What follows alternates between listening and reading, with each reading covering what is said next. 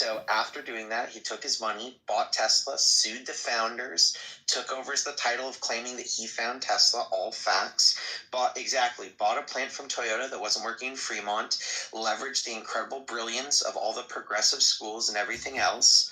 And then after all of this, what does he do?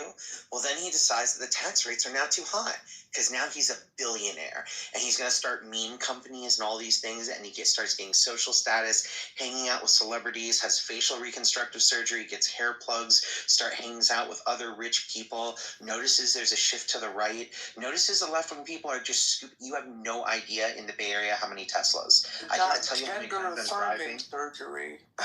Right. Yeah. And then all this stuff goes on, and then all of a sudden the tax rates are too high. He's a billionaire. See, this is the thing that most people haven't done the type of deep analysis on why rich people are so anti-tax. It's because for a person like him, even if he only pays a 3 to 10% effective tax rate, that's the number one thing he's spending money on. It's not his housing. He has billions. He doesn't need to buy a house. He literally had a house that was so big in Hillsborough, I can look at it from my bedroom window. It is so big he couldn't sell it for 2 years because nobody has enough money to even buy it. It sat on the market without a seller because it was so fucking expensive for a while. Nobody wanted to buy it because it was like a liability in the city. This guy had more money than God, and he didn't even need it. He was like, I sleep on a bedroom house. Why? Because he can go anywhere he wants. He can stay in any hotel anywhere. He's screwing all these random women, hooking up with celebrities, going on yachts with all these people. And then all of a sudden, that tax thing really annoyed him.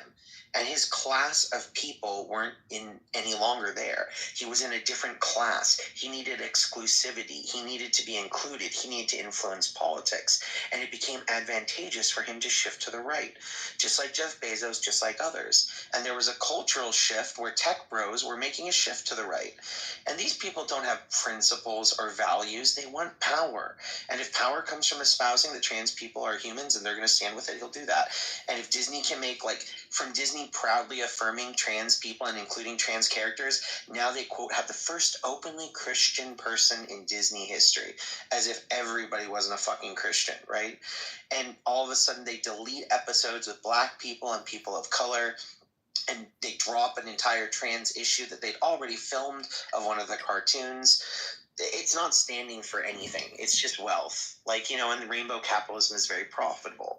So in the end, what happens? These people buy a government, and the first thing they do, gut the IRS. Check the article today that according to the IRS, with a Trump executive running it, they will lose $500 billion this year from lack of enforcement because they can't tax and go after rich people, and they've stripped so many people, and they've changed their directives of who they're enforcing.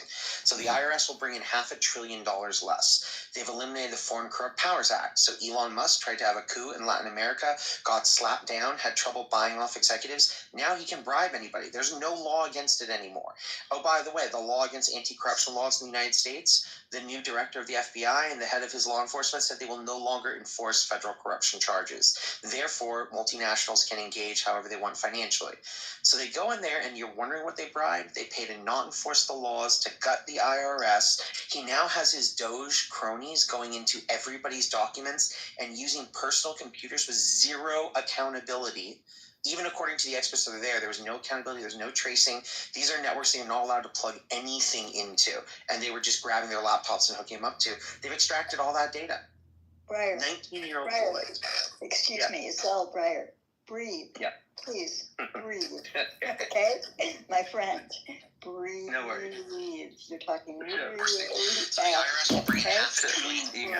We're with you, Okay, I need to go. I've been here for 4 hours. So if you want to mod somebody who's having help with that, I have to go. So thank you for the room. I saw that text a while ago. I'm one of these old-fashioned people who like to say goodbye and good night when I see all these people who I care about in this space. So I will see you guys tomorrow and carry on. All right? Yeah. Thank you. Good night, Night.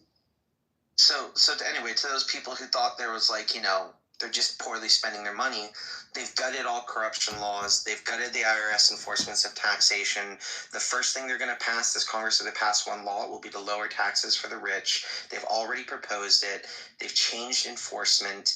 They've gutted all the inspector generals, and they've stolen all of our data and social security numbers and information. And they're blacklisting people, who are opposing them. So